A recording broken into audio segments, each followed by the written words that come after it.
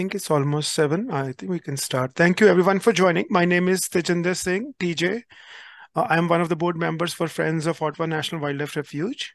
With me, I have a co-board member, Tara Bostatter. She's also, and both of us will be hosting this session. We really appreciate Ross Ellet, celebrity meteorologist from 13 ABC, has given his time to us today. We'll start with this session in a minute.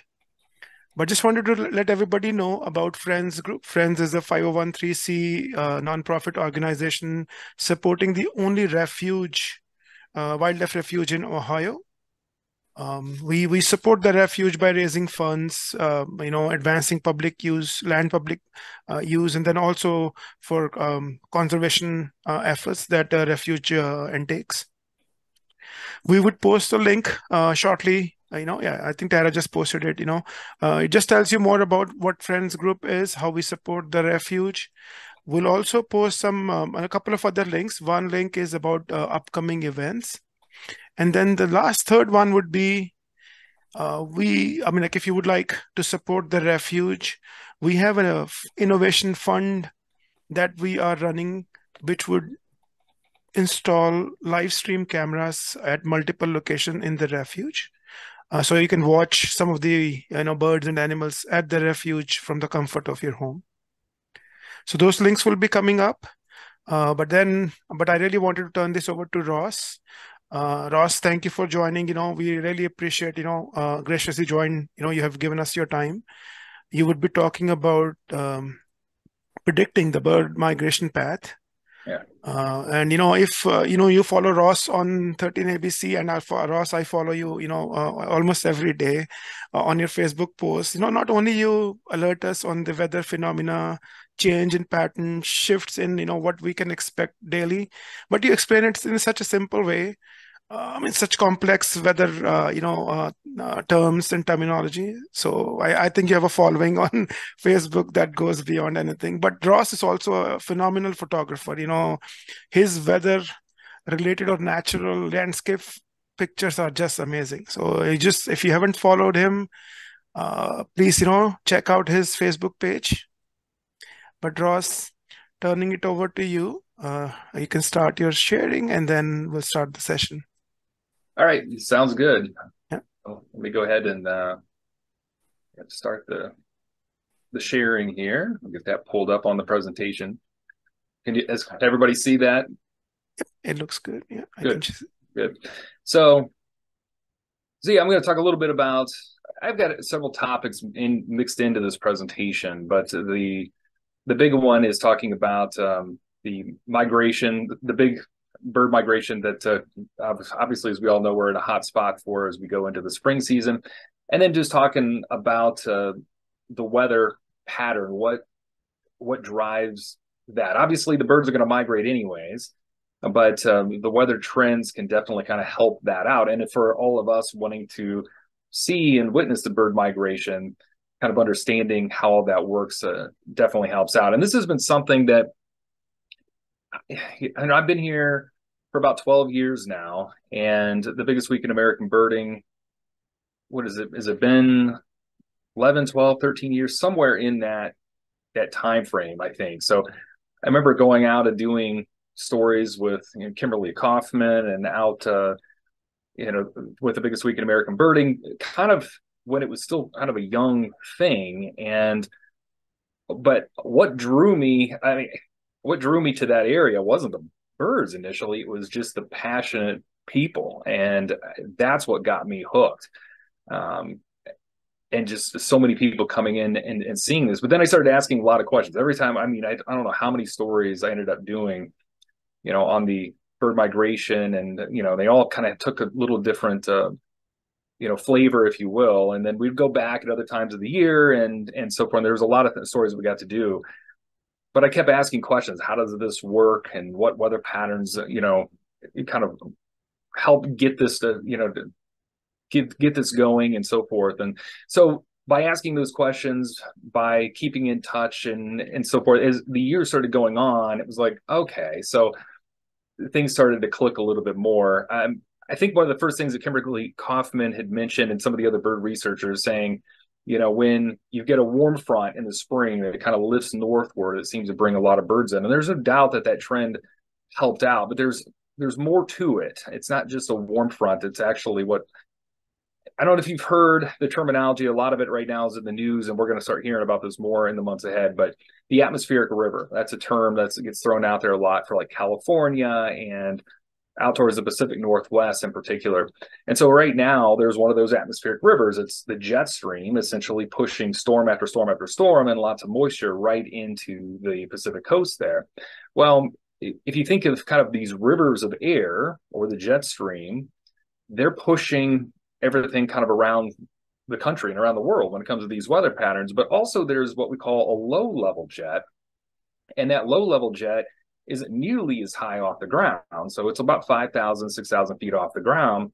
But that has it turns out it has a massive impact on the bird migration patterns. And that is the number one key that we've noticed. And that, along with a lot of the historic data that's been kept out towards the lakeshore of Lake Erie, is really kind of helped confirm a lot of that. So anyways, we'll start off, I'm kind of diving into the stuff a little deeper in the presentation, but when it comes to bird forecasting, the historic data, favorable wind, and then also radar trends, those three things are incredibly important. So again, that historic data that's been kept, that was kind of the beginning of the research. I mean, one thing I love doing is whatever the weather topic is, I want to do as much research on it as I possibly can. So I'm diving in, I'm looking at the data, whether it's historic data, whether we're trying to forecast a storm, we're trying to collect as much information as we possibly can. So doing that research and having that data is very important.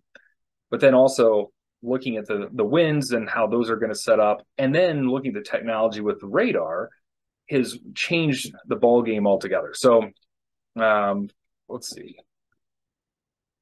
So yeah, going forward, all right, we'll start off just by kind of looking at some of the historic data. And again, the Black Swamp Bird Observatory has got a ton of fantastic data on their website. That's all there for anybody to see. And so if you go there, you go under, I think it's the research tab, and you start looking at some of the different categories. There's tons of great information there. This is a little more of a visual thing. That's why I put this on this particular presentation. But if you look at the bottom of the screen, if you can see that, you've got April 10th, it goes all the way to June 9th, and you have the different species of birds that are migrating through the area. And then you look at the historic data of when they're peaking, how many of those birds have been banded by Black Swamp Bird Observatory over the last several decades, going back to 1992. And so obviously some of them, the numbers are always a little bit lower and so forth. Others are higher. They don't all peak at the same time. And that's the other thing too, is that obviously there's different waves that end up coming through.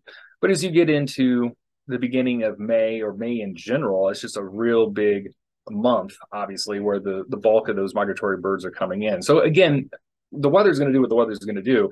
These birds are still going to migrate. We know that obviously that's a part of their nature. They're going to do so. But having that data, that historic data, knowing when those peaks typically already are probable, and then looking at, okay, when is the weather going to kind of get to a point where it's going to start to be much more favorable with the winds, that can certainly be a big key to understanding when all these birds are going to end up coming through. So if we look at the wind direction through the year, it's not the same all the time. And many of you probably are very aware of that wind when it comes out of the east or the northeast in particular. And that has a huge impact if you're out by the lake on how it feels and what the weather is doing in particular. So this is kind of a complicated graph, but what we're doing, what we're looking at here is data is taken out of Toledo, and we're looking at essentially those wind speeds, the average wind speeds there of how strong they typically are and what direction they're coming out of altogether. And so as we look at this plot in particular, we're going back and looking at the beginning of April, and you can see historically, most of the time, the winds are out of the west or southwest or northwest, which makes sense. Our prevailing wind is out of the west altogether. And then you get this, all of a sudden, kind of this spike here out of the east and northeast, which is a lake breeze. And we get those often as we get into the springtime. And they play all kinds of havoc when it comes to the forecast in general, because if you get a lake breeze like that, that time of the year is going to push cold air inland. Sometimes you get a surge of a warm air coming northward, and you get right along a warm front. And right ahead of the warm front, you get a lake breeze, but then just south of it, you get a lot of warm air. So a lot of times in Toledo, it seems like once or twice a year at least, in late March or April, we get this scenario to where on the south side of the metro area, we're at 80 degrees, but in Point Place, right next to the lake, it's like 40. And there's like a 40-degree difference just along that boundary many times. So the wind direction also has a huge influence when it comes to obviously our weather, but also migrating birds and the timing of the spring bloom, and when also the leaves drop into the fall. So it has a lot to do with it. This is January, February, and March. So if we're in January, most of the time we've got a stronger wind, again, out of the west or west-southwest, or sometimes out of the northwest. You don't typically get it from the other directions as often, or if you do, it's more temporary in nature. In February, same thing. Those strong westerly winds actually kind of pick up a bit, but you can start to see that lake breeze show up a little more there. And then as you get into March, it becomes much more pronounced. It becomes much more, they occur much more often in frequency altogether.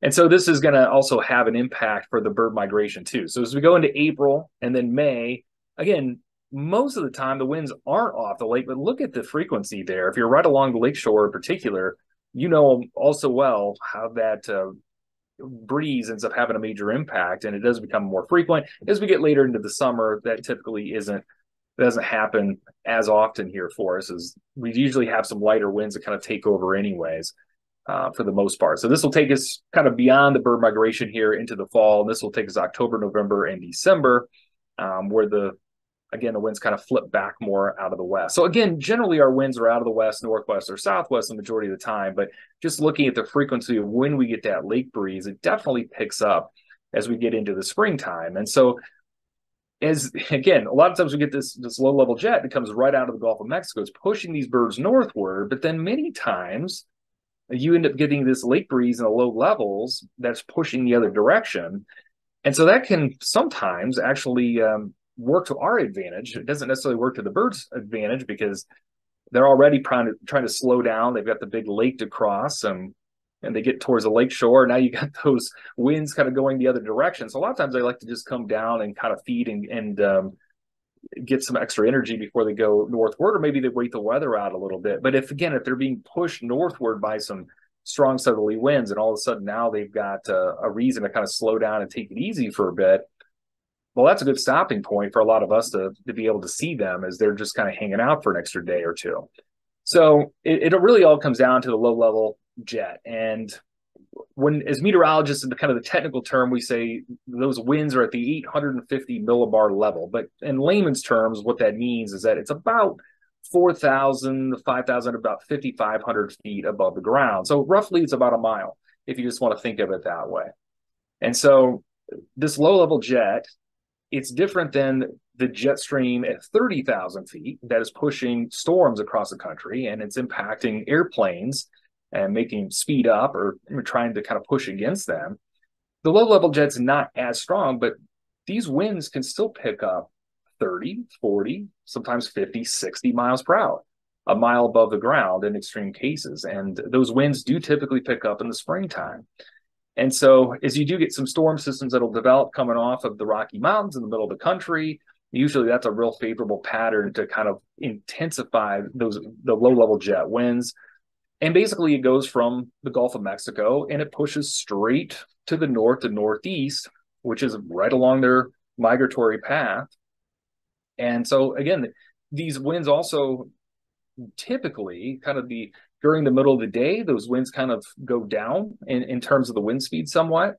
But then as night comes, and generally you have calmer conditions in that first mile of the atmosphere from the ground all the way up to the low-level jet, what ends up happening is that begins to calm down. You don't get as much convection and kind of upward motion. Those winds can kind of take off and nothing's really interfering with it as much. So usually the wind speeds in that low-level jet will peak at night at the exact same time that these birds are trying to migrate towards the north. The optimal conditions for these birds is a strong south or southwest low-level jet, or LLJ, as I got there on the graphic.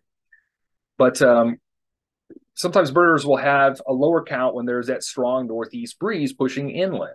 Sometimes, if you can get that strong low-level jet that'll push these birds in, and then if you get the front to kind of go the other way, it can kind of work in our advantage sometimes. But ultimately, what we're looking at is the strong winds out of the southwest or south about a mile above the ground. It's not is necessarily as important what those winds are doing right at the ground level, but again, just above it is kind of what we're talking about. All right, so this is a look here at the low-level jet, kind of a basic explanation. So this is a weather map across the country, and that L is the low pressure center. So that would be essentially the storm, and that's located out in this example out in Colorado and western Kansas. And then the brighter colors there, those are higher wind speeds.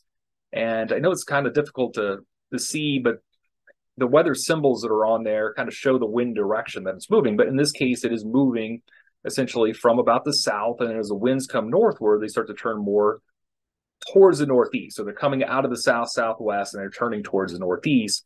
And that's that low-level jet. And that's those winds that are pushing in all that Gulf moisture. By the way, this is the same reason that we end up with a more thunderstorm complexes and rainfall and humid environment altogether when we get to May, June, and July, and we get into that environment because our weather's typically coming from the Gulf. Our moisture source is the Gulf for a lot of these showers and storms, and it arrives in the exact same fashion.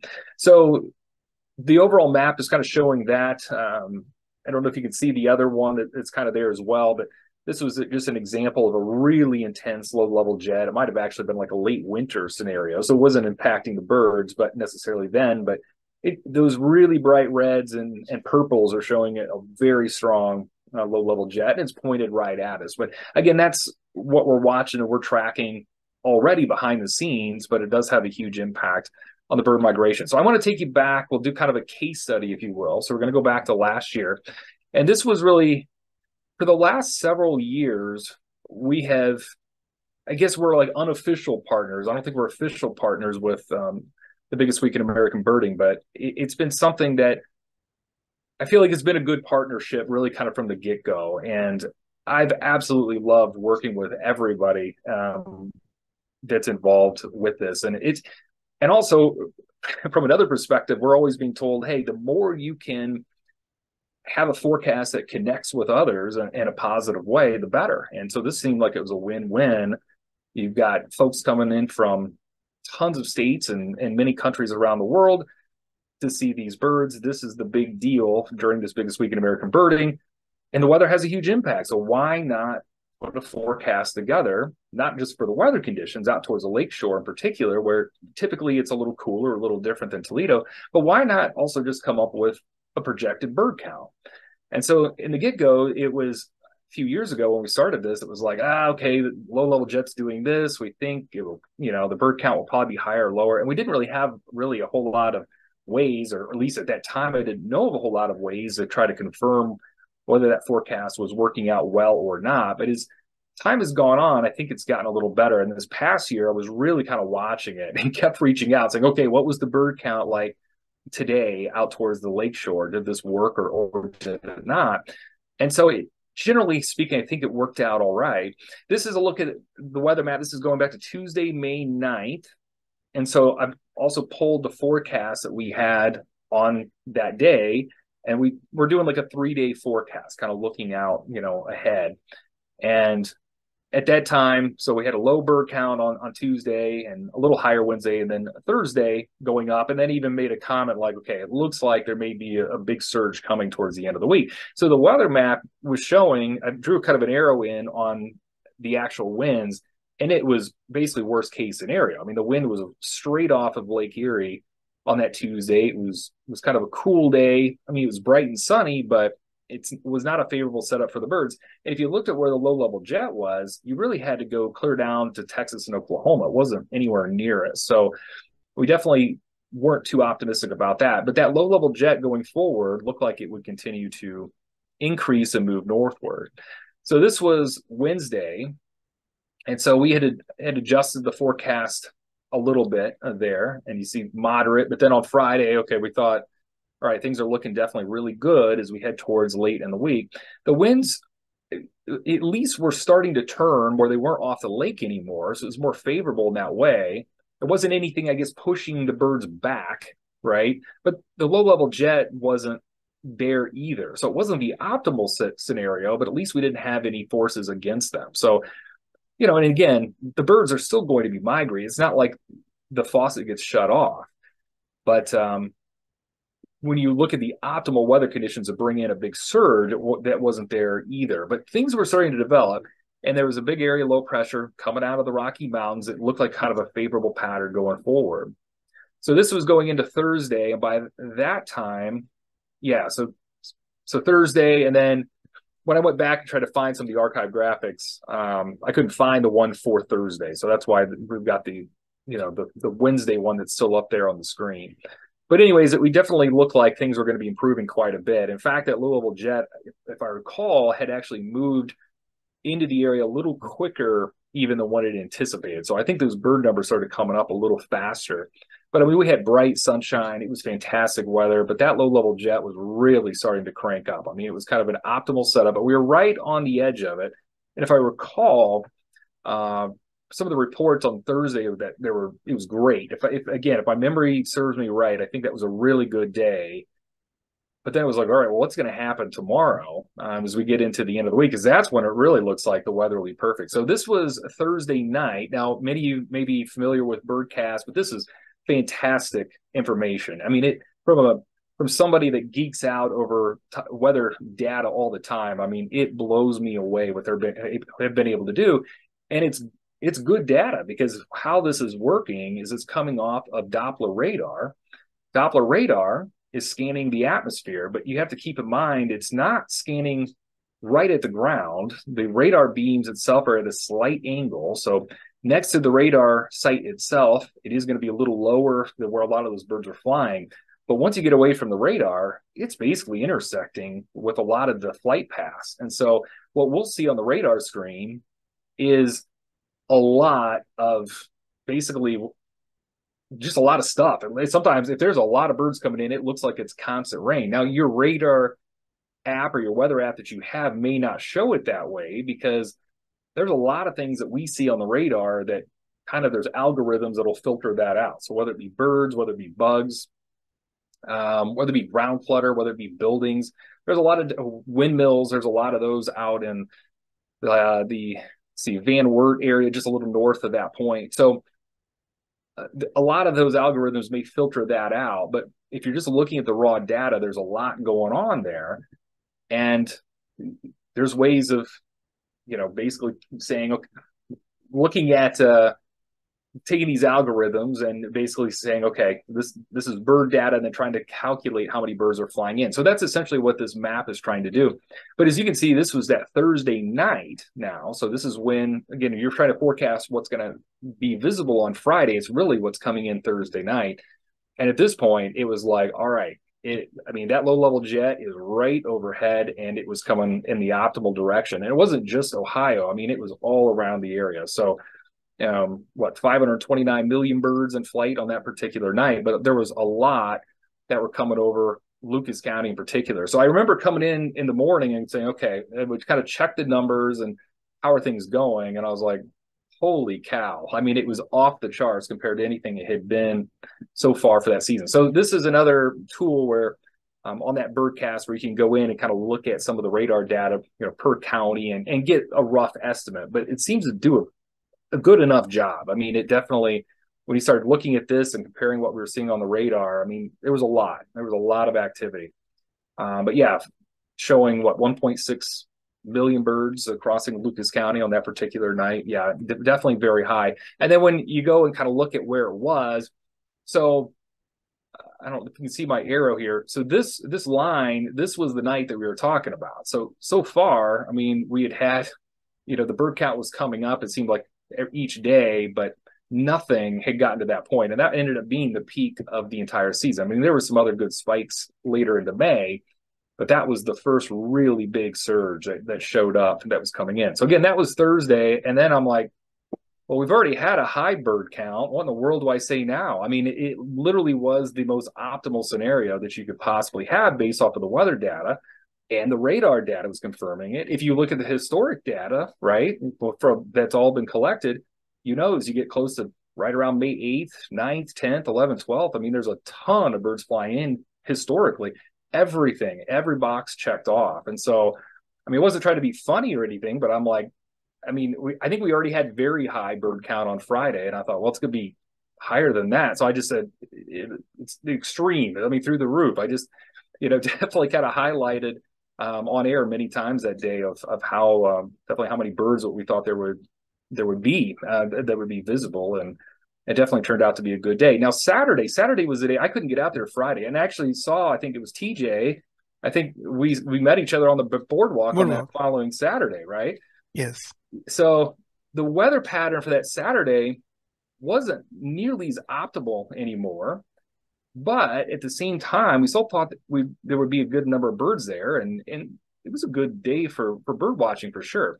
But on this weather map, so this is Friday, everything's looking good, but that cold front to the north decided to work its way back to the south and basically kind of shut off the spigot, if you will. So this is going into Saturday, and that morning was kind of drizzly and cooler and so forth, but that wind was right off the lake. But the one reason we thought the bird count would still be good on that Saturday is that you would have that perfect scenario. So all these birds are coming northward, but now, and usually you don't like that wind coming off the lake, but sometimes it can help you, because as that came in, all of a sudden it's kind of like, all right, well, now we're right on the leading edge of kind of the surge of birds coming in. And so the thinking was maybe more of them would come down and kind of rest and so forth a little bit. But we figured as we go forward, there would be a couple days there anyways where the numbers would definitely come down, as the pattern wasn't looking quite as good, because we had a stronger wind develop there on Sunday coming off the lake. So that definitely didn't help out as much. So that I'll talk a little bit more about some other topics here when it comes to the rising fall temperatures and the influence on migrating waterfowl, with the overall temperatures increasing and some milder winters and much warmer falls. And that's the thing, we're seeing things are changing, and they've changed quite a bit over the last several decades, but it really depends on what topic you're talking about specifically and how it's changed. Because, if you look at, for example, if you look at the average amount of snow for the entire winter, the numbers really haven't moved. But if you look at how that snow is falling, for example, it's changed. We're not getting as much in the fall. We're not getting nearly as much in December. So what's happening right now in this month is not all that unusual, but we're getting that snow that we are losing at the beginning of the season. We're getting it in January and February. And so there's been these shifts that have been happening. And one of those is that it seems like the summer heat, once it kind of kicks in, sometimes it's a little delayed, but once it gets going, it's there and it holds on longer. And falls have been much warmer. And so that's starting to have a bit of an impact there on the fall migration too, when it comes to waterfowl, as again, they're also trying to avoid freeze ups of the waterways and so forth. So less ice, snow, and cold certainly has been the trend here over the last century, but I would say even more so over the last several decades, or we've been seeing that more so. So that does kind of have an impact on them. The other side effect of some warmer weather overall would be ticks are coming out sooner, and they're trying to stay a little bit later. And so that's something, I mean, it's really just kind of shifting things that are a little more common, say, like in central and southern Ohio versus what we've had in northern Ohio. It's not a major shift when it comes to that, but it's definitely kind of extending that to so forth. And some species of birds, such as turkeys and pheasants in areas along the rivers and streams that are being more vulnerable to flooding, certainly we're seeing that a bit of more of an issue too. So we're getting a lot more rainfall than what we've had in the past. And so and of course, when you especially look at like the Toledo metro area in particular, and you go, okay, well, 150 years ago, this was the Black Swamp, and now you've got concrete and a lot of hard surfaces and so forth. You're going to have more runoff already. So it does end up leading to the potential for longer lasting floods and more frequent floods as well. So it definitely has an impact on all kinds of wildlife, not just birds in particular. But that is, we're seeing, thankfully, we're not seeing as many droughts as what we used to, but one of the biggest shifts and changes here is that we've had more precipitation, and when we get it, sometimes it does come a little heavier. Also, some surveys by ODNR have shown a correlation between winters with a lot of ice cover on Lake Erie being followed by a good walleye hatch into the spring, and there's been a decrease in the maximum ice cover on Lake Erie, and so that obviously correlates with the rising temperatures that we've had. But the walleye hatches have been higher than normal over the past 10 years. So perhaps the improving water quality may be a contributing factor there. So it's not all bad news necessarily, but every year is drastically different when it comes to lake ice. I mean, there are years where it's completely covered, and then, you get in stretches where there's hardly anything at all. So I was going to mention a little bit about the total solar eclipse coming up on April 8th. So, I mean, my goodness, this puts areas right along the lake. I mean, not just in totality, but areas like Sandusky and getting out towards the Ottawa Wildlife Refuge areas. Once you start getting out to that zone, I mean, you're almost at the peak of totality. So the duration goes all the way up to almost 4 minutes. So I've got Finley's times here on the screen. It's not much different where you're at across our local area. It's generally about 3:10 to about 3:13, kind of in that window is what we're looking at. But that's in the afternoon. That is on Monday, April 8th, 2024, so next year. And so the moon will begin to cross in front of the sun. That's at about 1:55 p.m. and will finish at 4:26 p.m.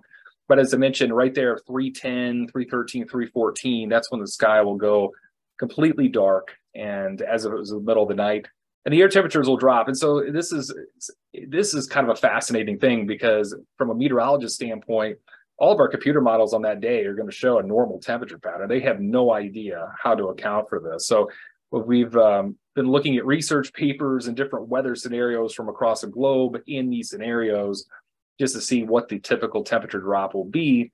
And it really depends on what the weather obviously is on that particular day. If hopefully it's a really sunny day, we'll hope for that. If it's a really sunny and dry and like a warmer day, the temperature will have the biggest drop. If it's like a cloudy day, already clouds kind of block out a lot of sunlight, so the temperature drop won't be as much. But it could drop as much as 10 degrees or 12 degrees. It'll probably be more like an 8-degree temperature drop, but it'll get notably cooler when the average high is already like 55 or something along those lines. I mean, you drop at 8 degrees. We're probably going to want a coat on that particular day for that. But the glow that you'll see around the moon is the sun's corona, or essentially the sun's atmosphere. What is really cool about this is that we're getting this in the middle of solar maximum or solar peak. And that probably doesn't mean a whole lot to most folks, but when you look at the 11-year cycle that the sun goes through, it goes from basically a minimum where there's hardly any sunspots and not, it's just a calm sun. It's like a calm weather day, if you will. There's not a whole lot going on. But when you get to the maximum intensity, there are sunspots, there are lots of streamers coming off the sun. Sometimes there are coronal mass ejections that are ejecting out from the sun. There's a lot of things going on. And so the sun's corona could be even more interesting than what it typically is during a normal total solar eclipse. So back in 2017, that was a very low point for the sun. And hey, I think we'll all take a total solar eclipse, whatever the scenario is, but it's even extra special when you look at it from that vantage point too, which is pretty neat.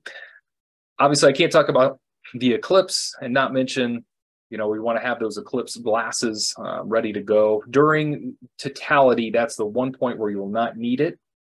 But when you're looking at the partial stages and then going up to the totality there and then beyond it, you'll definitely have to have eye protection there, or else it could end up causing a lot of issues with your eyes. So definitely want to make sure you get those eclipse glasses if you don't have them already. But when we're talking about plants and animals, they're going to be impacted too. So there obviously been a lot of stories about pets getting spooked. Where all of a sudden the temperature is dropping and the darkness is coming at a time where you don't normally expect it. Livestock and wild animals may try to start their evening routines. Birds and insects may fall silent or make different noises due to confusion regarding the time of day. And there's evidence suggesting that fish start biting right before the totality. So I guess if you want to go fishing and don't care as much about the eclipse, maybe give that a try. But the plants will assume it's night and shut down a bit, and they'll be shocked when the sun returns. But they'll come around. It's not like it's going to kill a bunch of stuff off. And it's just, we're going to be in awe by this, and this is a rare thing for us, but everything is going to obviously be kind of confused. This is something that this isn't normal, right? The big question is, will we be able to see it? I don't know. I talk about historic data all the time. I talked a lot about it when it comes to the bird migration and how important that is. I feel like it's very hard to come up with a scientific conclusion if you don't have some data to analyze. So we go back and we look at the cloud cover. What are the odds on April 8th? And no joke, it is 50-50. And I rarely ever say you got a 50% shot for something weather-wise, because you're going to get, as a meteorologist, is like, oh, okay, 50-50 shot. All right, flip a coin. It's like the running joke. But when it comes to the historic data on April 8th, it really is in the middle of, you go for, our cloudy season is right now. It's in the middle of December, even though we've got a lot of sunshine in the forecast. But typically it bottoms out at about 30% sunshine this time of the year. And when you get to late August and September, it goes up to like 65% or a little greater. But if you look at where April 8th is, it's literally 50-50. And if you go back and look at the previous years, last year, not a cloud in the sky, pretty much totally overcast the year before. 2021 was mixed. It was fairly sunny in 2020 and 2019 and 2018. More so than it wasn't. So we'll see. I wish I had more information when it came to that. This is a look around the area of where totality is maximized there. So Toledo really is on the edge. In fact, for Sylvania Township, part of it is in it. Southview High School, for example, if you know where that reference point is, that's where the line goes through. So if I recall right, technically it's like the football field's not in it, but like the soccer field will have 2 seconds of totality or something. But it's crazy because even in parts of the metro area, they'll have to wait until 2099 for the next eclipse. But if you can just move south and east a little bit, you'll be in it more so.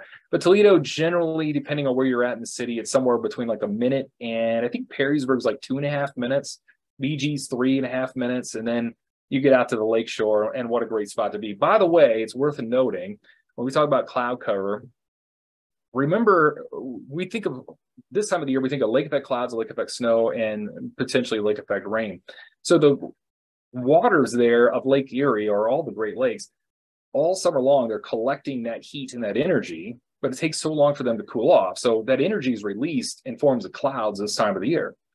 Well, sometimes the opposite is true when you do get into the springtime. Not always. It doesn't work out this way all the time. I don't want to try to give off the impression that Lake Erie is going to be totally clear because of the time of the year it is, but that time of the year the water temperatures are so much colder typically than the air surrounding it, and if anything, that's a stabilizing force. So when you actually look at cloud data for the state of Ohio or the country in general, typically the farther south and west you go along that eclipse path, the more sunshine historically you see. But in Ohio, it's interesting because southern Ohio is right there at that peak, but it also goes back up a little bit when you get right along Lake Erie, and that's the reason for it. So maybe Lake Erie will give us something special for that particular day. But so those are the details. Looks like I ran a little bit short there, but I told TJ that I wanted to leave time for questions, whether it be about something that I talked about, or whether it be even something unrelated, and just kind of leave that time open to anyone that's got a question. I have a question. Yeah, go ahead. Could you show your first slide of the months and when the birds are migrating, different species or different? Oh, yeah. Let me go back there. See, can you let's see. Share again, maybe. Yeah, let's go back. Okay, can you see that now? Yes. Yeah. Okay. Thank you. Yeah, no problem.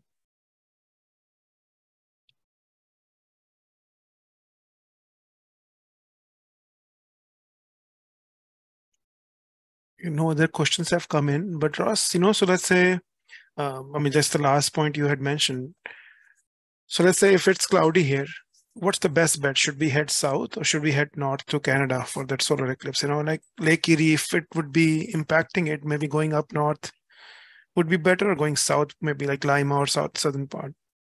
So historically, if it's cloudy here, historically, if you go south and west, generally your odds are going to be higher. But then, the problem is it's kind of, you can almost make the same kind of reference when you're looking at like the bird migration, right? I mean, the image that we have up on the screen shows what's been observed since 1992. So that's the historic data. That's what you expect. But then that case study that I ran through last year showed those big ups and downs, and that was what basically the weather was doing essentially with these birds. It was either basically slowing them down or discouraging them, or it was really helping push a lot through that maybe had gotten bottled up. And so I look at the weather the same way. I mean, historically, we could say, your odds would be higher, the farther south and west you go, just by looking at the data. Yeah.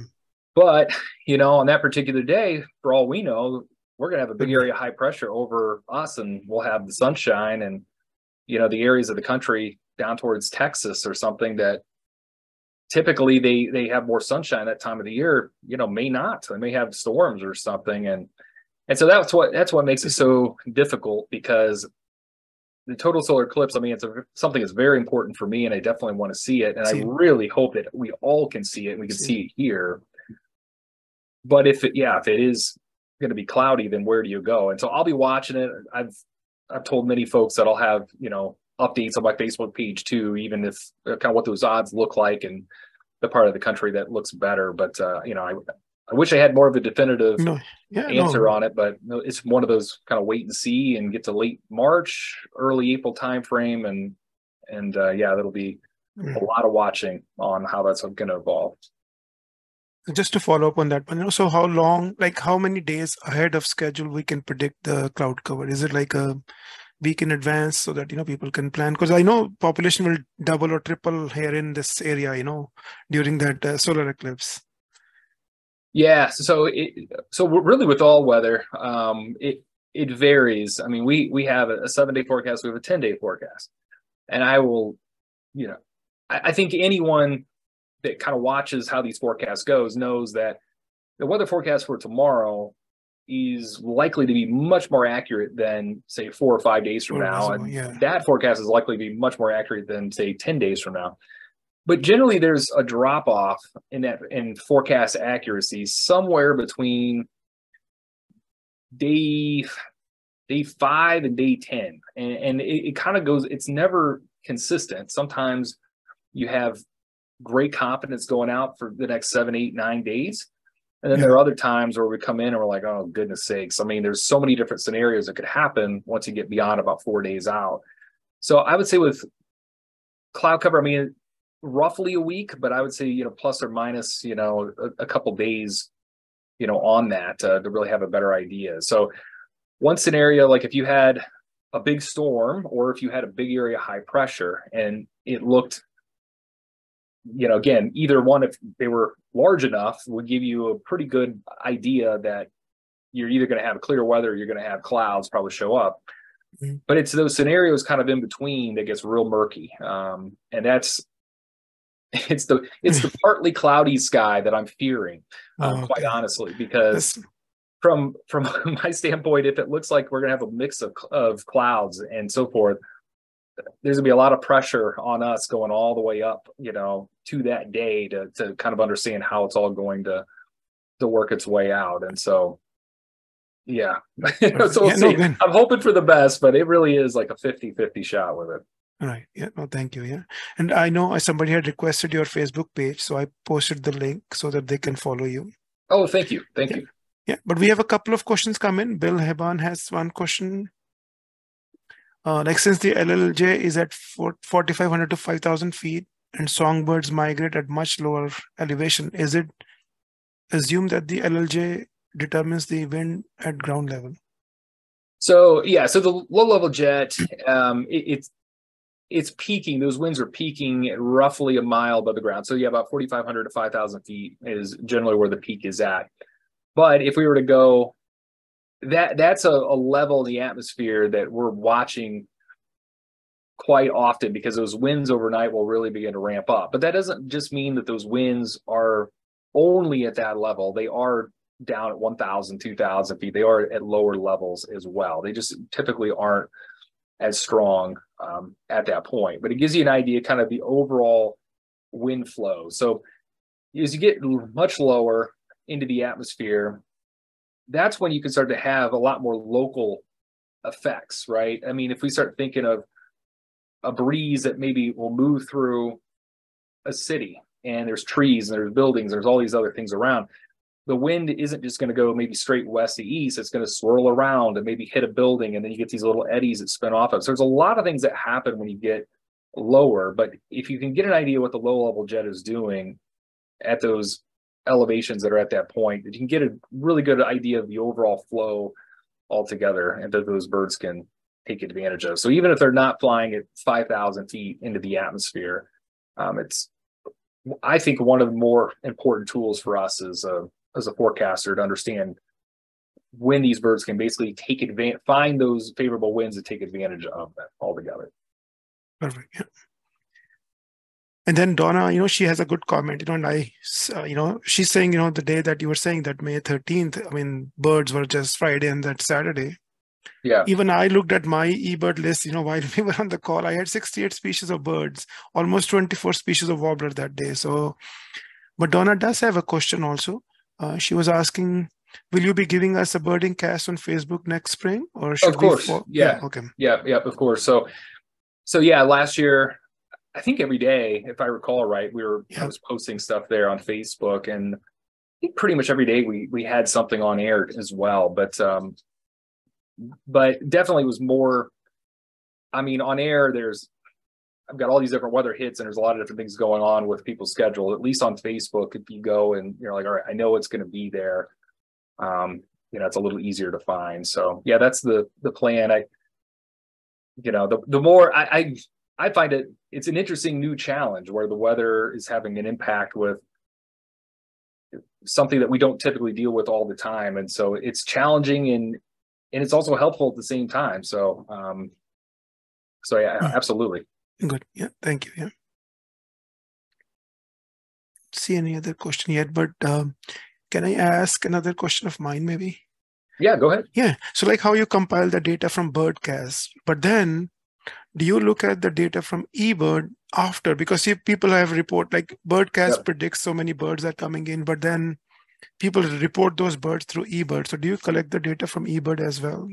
I mean, I don't have like a big spreadsheet. Okay. I'm still trying to kind of get an idea of maybe a better way of doing this. But yeah, this last year in particular was really the first time where I became much more connected to, okay, here are the bird estimates, but then whatever way I can get some information on the ground, if you will, of what is actually happening there. Yeah, even if it's just our reporter that we're sending out. I think we had somebody out there on that Friday, and of course I was out there on Saturday. You just try to get an idea of how things are actually evolving. With any of that information I can get, definitely helps, because the weather says one thing and the historic data and the radar data shows it. I mean, I don't have the mind of a bird and how these things work, and so we're sometimes they want to keep on flying, or maybe they're not stopping. So there are likely other factors in there other than the things that I mentioned that have influence over this that we just don't know yet. So that's part of the fun of it, is figuring that out. That's good. Yeah. Yeah, I'm just checking if I missed anybody's question. We have a couple of comments on thanking you for the presentation. I don't see another question here.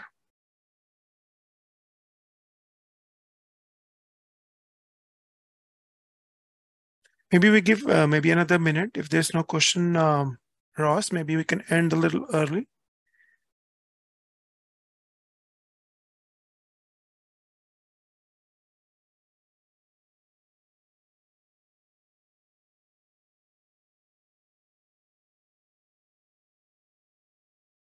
I think we can end, Ross, just, maybe thank you again so much Okay. for doing this session.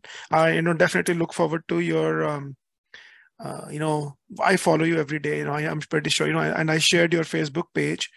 So hopefully that lets everybody, see your updates, your explanations of the weather pattern.